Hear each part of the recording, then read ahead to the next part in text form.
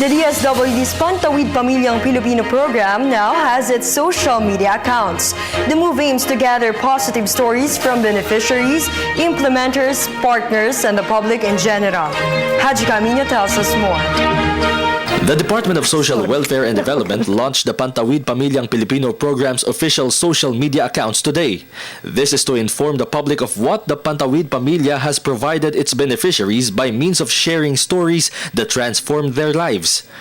DSWD Secretary Dinky Soliman said this is also an opportunity to encourage stakeholders that will help sustain the program.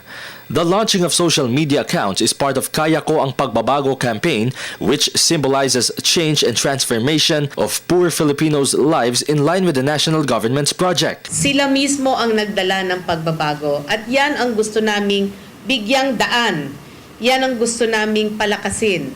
Ang boses ng mga ordinaryong mamamayan na kusang binabago ang sarili, pamilya at pamayanan na dapat nating kilalanin at sana tulad ko makahugot ang ating mga kababayan ng lakas na ituloy ang daang matuwid, ang pagbabago sa lipunan, ang pakikipagkapwa-tao, ang pagbigay sa mga nangangailangan.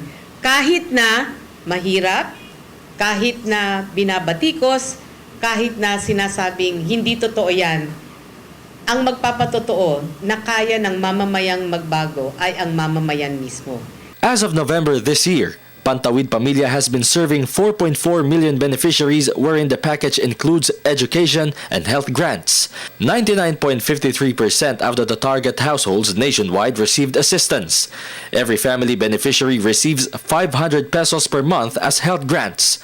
Every child beneficiary per family receives 300 pesos for elementary, while high school students receive 500 pesos per month for a span of 10 months.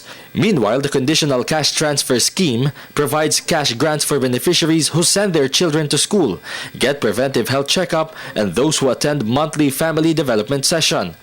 Soliman hopes inspiring stories will be shared using social media. But because the Philippines is a democratic country, the Social Welfare Department welcomes negative posts or comments. However, Soliman asks critics to be respectful. Nakikiusap ako. Huwag nating lunurin ang lehitimong boses ng mga ordinaryong mamamayang gustong magkwento ng pagbabago. So nakikiusap ako. Bigyan daan natin ito. Dahil kung gusto nyong mag-bash, kung gusto ninyong ikwento naman yung negatibo, wala namang problema dun eh.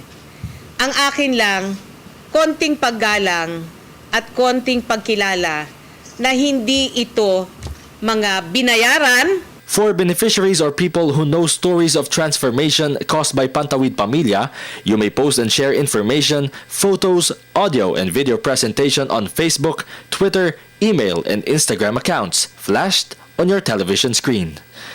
For the People's Television Network, this is Haji Camino.